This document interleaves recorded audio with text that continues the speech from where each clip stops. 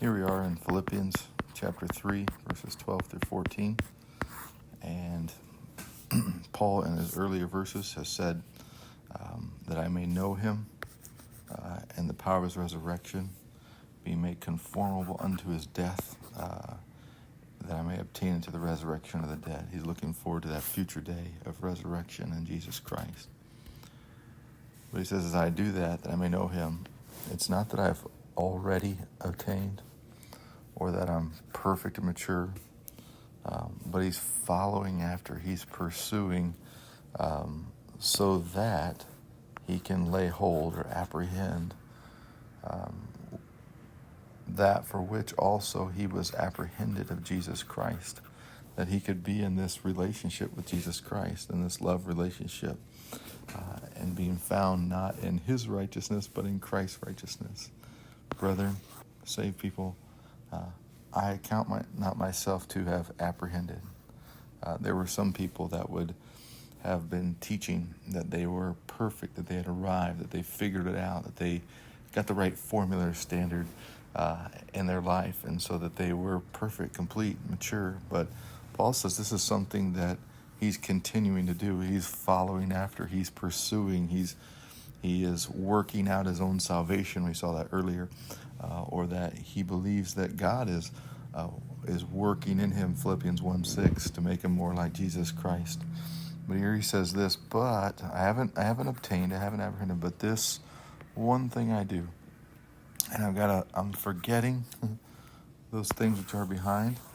I'm not, that's not my focus. The things are gained to me, they're lost. I'm putting those behind, and I'm reaching forth. I'm leaning forward. I'm grabbing a hold of the things which are before, the things of eternity, the things that are in Christ, the things of who I am now in Christ, my identity in Jesus Christ.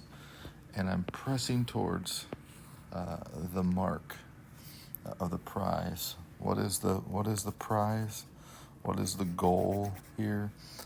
It's the high calling of God in Christ Jesus.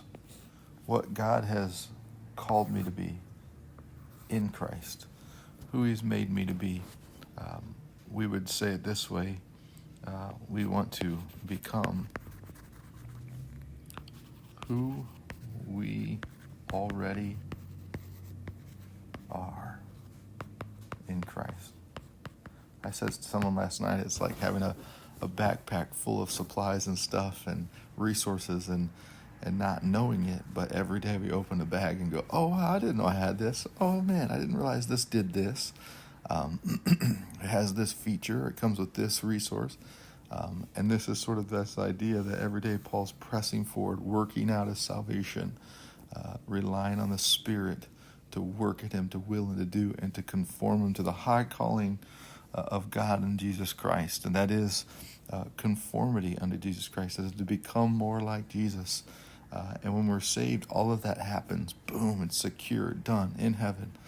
But as we work out our own salvation, we become who we already are in Jesus Christ. And how do we do that exactly? I heard this yesterday. It was such an encouragement to me, is that beholding is becoming. What we look at, what we behold, is really what we become. Where we focus at, what we, if we could say it like this, what we press towards, we become. What we reach forth, we become. It's our goal, it's our drive, it's our focus, and it impacts our life. It changes our thinking and our manner of living. And so Paul says, I'm not there yet. I haven't obtained. I'm not perfect. It's not about me and my standards and this formula or this little checklist of things that I do. But I follow after. I'm pursuing. I'm working this out with God's energy inside me, that I can apprehend, that I can. And this is a lifelong work. It'll be complete in heaven. I haven't apprehended, but I reach forth to what's before, what God's called me to. I press towards the prize of understanding all that it means to be in Christ and all that God's called me to be and given me in the resource of Jesus Christ. And that's a few thoughts on Philippians 3, 12 through 14.